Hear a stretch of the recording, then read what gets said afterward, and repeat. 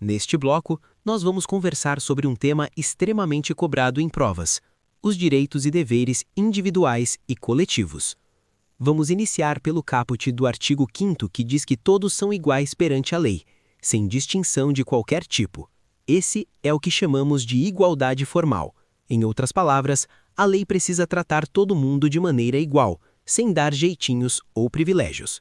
Por exemplo, se a lei diz que todo mundo deve pagar um imposto, ela não pode criar regras diferentes só para algumas pessoas por causa de cor, gênero ou religião, certo? Mas olha só, igualdade não significa tratar todo mundo exatamente da mesma forma em todas as situações. Aqui entra a famosa igualdade material, ou substantiva. Vou te dar um exemplo. Imagine dois estudantes querendo entrar numa universidade. Um estudou em escola pública e outro em escola particular. Se a universidade aplicar exatamente as mesmas regras, será justo? Talvez não, porque o acesso às oportunidades foi diferente. É aí que entram as ações afirmativas, como as cotas raciais ou sociais. A Constituição permite essas medidas justamente para que a igualdade seja de verdade, não só no papel. O artigo 5º também deixa claro: ninguém pode ser discriminado por sexo, raça, cor, idade ou qualquer outra condição. Isso significa que qualquer ato que desrespeite essas garantias pode ser considerado inconstitucional. E atenção, isso vale não só para o Estado, mas também para empresas e instituições privadas, principalmente quando estão lidando com serviços públicos ou questões reguladas por lei. Vamos pensar em um exemplo do dia a dia. Em concursos públicos, algumas vagas são reservadas para pessoas com deficiência ou para determinados grupos étnicos. Isso é a igualdade material funcionando na prática. Sem essas regras, a igualdade formal muitas vezes seria só uma frase bonita na Constituição. Um detalhe importante: a igualdade não significa apagar diferenças, mas sim tratar de forma diferente quem precisa, para alcançar justiça. Isso é chamado de princípio da proporcionalidade na igualdade. Então, sempre que você estudar um caso concreto, pergunte-se: a lei está tratando todos de forma justa ou apenas de forma igual? E tem mais: o STF reforça que a igualdade deve valer em todos os âmbitos: direitos civis, políticos, sociais e econômicos. Então, se você topar com uma lei ou regra que faça distinção injusta, você já sabe, estamos diante de uma possível violação do artigo 5º. Agora, vamos aprofundar mais na matéria e explicarei para vocês quais são esses direitos individuais e coletivos. Vamos começar pelo direito à vida. O direito à vida é considerado absoluto e inviolável. Isso significa que ninguém pode tirar a vida de outra pessoa de forma arbitrária, e o Estado tem o dever de protegê-la. Então, não é só uma ideia bonita no papel, é uma garantia concreta, que se aplica em várias áreas do direito, desde o penal até o civil. Mas espera aí, você já parou para pensar que o direito à vida não é só sobre sobreviver fisicamente? Exatamente. A Constituição protege também tudo que garante uma vida digna. Por exemplo, acesso à saúde, saneamento, alimentação adequada. Tudo isso é extensão do direito à vida. Então, se uma política pública negligencia isso, ela pode ser questionada porque está interferindo na vida das pessoas.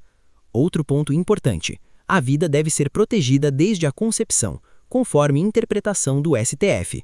Isso gera debates sobre aborto, reprodução assistida e pesquisa científica. Para concursos, é bom lembrar: o entendimento atual protege a vida do nascituro, salvo situações específicas previstas em lei. Agora, vamos trazer para a prática. Se um Estado falha em fornecer atendimento médico emergencial ou condições mínimas de segurança, isso pode ser considerado violação do direito à vida. Por isso, muitas decisões judiciais envolvem ações civis públicas e mandados de segurança, para garantir que a vida e a saúde sejam respeitadas. E mais uma reflexão: o direito à vida é a base de todos os outros direitos. Sem ele, direitos como liberdade, educação ou trabalho perdem sentido. Por isso, ele aparece entre os direitos individuais e coletivos. Proteger a vida é proteger toda a sociedade. Agora falaremos sobre o princípio da legalidade. Ele diz o seguinte: ninguém é obrigado a fazer ou deixar de fazer algo, a não ser que a lei diga isso. Em outras palavras, para o Estado agir, precisa existir uma lei que autorize ou imponha a ação. E para nós, cidadãos, só estamos obrigados a cumprir regras que estejam previstas em lei. Vamos pensar em um exemplo do dia a dia. Imagine que um policial resolve multar alguém por um comportamento que não está previsto em nenhuma lei. Será que essa multa vale? Não, ela seria ilegal, porque não existe norma que a justifique. O princípio da legalidade serve justamente para proteger a gente de situações assim, evitando arbitrariedades. No direito penal, esse princípio é ainda mais famoso. É aquela máxima do nullum crimen, nulla pena sem lege, que quer dizer, não há crime, nem pena sem lei anterior que os defina. Ou seja, ninguém pode ser punido por algo que não era crime quando aconteceu. Isso protege a liberdade individual e garante segurança jurídica. E olha só, a legalidade não serve só para punir ou limitar o cidadão. Ela também organiza a atuação do Estado, garantindo que todas as ações públicas tenham base legal. Isso vale para impostos, contratos administrativos, licitações.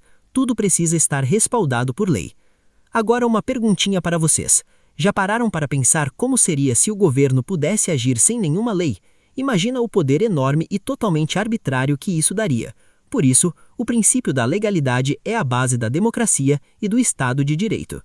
Agora, a vedação à tortura, que também está no artigo 5º, dentro dos direitos e deveres individuais e coletivos. Primeiro ponto, a Constituição é clara. Ela diz que ninguém pode ser submetido à tortura ou a tratamento desumano ou degradante. Olha só que interessante. Isso não é sugestão, não é caso a caso, é proibição absoluta. Não existe situação em que a tortura seja permitida, nem emergência, nem estado de necessidade. É um direito inalienável, protegido sempre. Mas calma aí, vamos pensar no que isso significa na prática. Tortura não é só bater em alguém. Não. Ela inclui também privações severas de comida, água ou sono, ameaças psicológicas, humilhações e todo tratamento que degrade a dignidade da pessoa. Tudo isso é proibido, e o Estado tem que proteger a gente dessas situações. Vale lembrar, a vedação à tortura está ligada à dignidade da pessoa humana, que é um dos princípios fundamentais da nossa Constituição. Então, não é só proteger o corpo, mas também a mente e a moral das pessoas. E tem mais. O Brasil assinou tratados internacionais que reforçam essa proteção, como a Convenção contra a Tortura da ONU. Ou seja, o país se compromete a punir qualquer ato de tortura e a garantir mecanismos de prevenção. Ah, e não é só trabalho da polícia ou do Estado. Todos nós, como sociedade, temos o dever de denunciar e repudiar qualquer prática desse tipo. A Constituição protege todos, e ninguém pode sofrer tratamento cruel ou degradante. Vamos resumir. Tortura é proibida em qualquer circunstância, física ou psicológica. Inclui espancamento, privações severas, humilhações e qualquer tratamento degradante. Protege a dignidade humana, incluindo integridade física e psicológica. É reforçado por tratados internacionais como a Convenção contra a Tortura da ONU. O Estado deve prevenir e punir, e a sociedade também deve agir contra essas práticas. Agora vamos falar sobre a liberdade de manifestação do pensamento, que é o direito que cada um de nós tem de expressar nossas ideias, opiniões e crenças, sem sofrer censura ou punição do Estado. Ou seja, você pode pensar, falar e publicar o que quiser, desde que respeite os limites legais. Mas atenção, liberdade não é sinônimo de bagunça. O artigo 5º garante que você pode se manifestar, mas não vale usar o anonimato para ofender a honra ou imagem de alguém. E também não vale discurso de ódio, incitação à violência ou cometimento de crimes.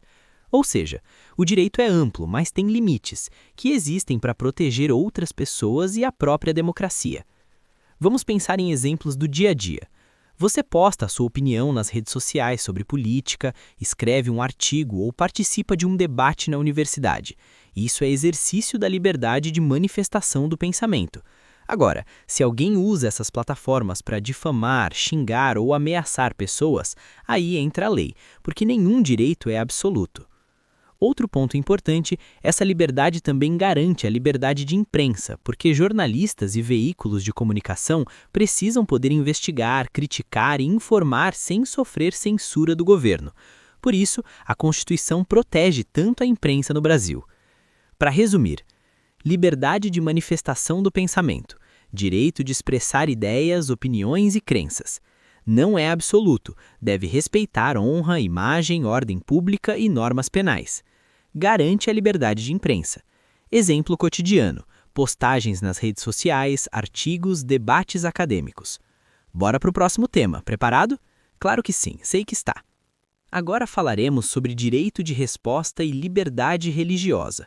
Ambos estão entre os direitos e deveres individuais e coletivos e ajudam a garantir respeito, dignidade e convivência democrática. Vamos começar pelo direito de resposta.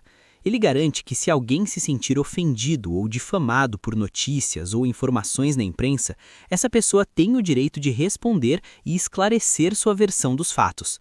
Olha que interessante, em uma sociedade democrática, todo mundo tem direito à reputação e à verdade. Um exemplo do dia a dia.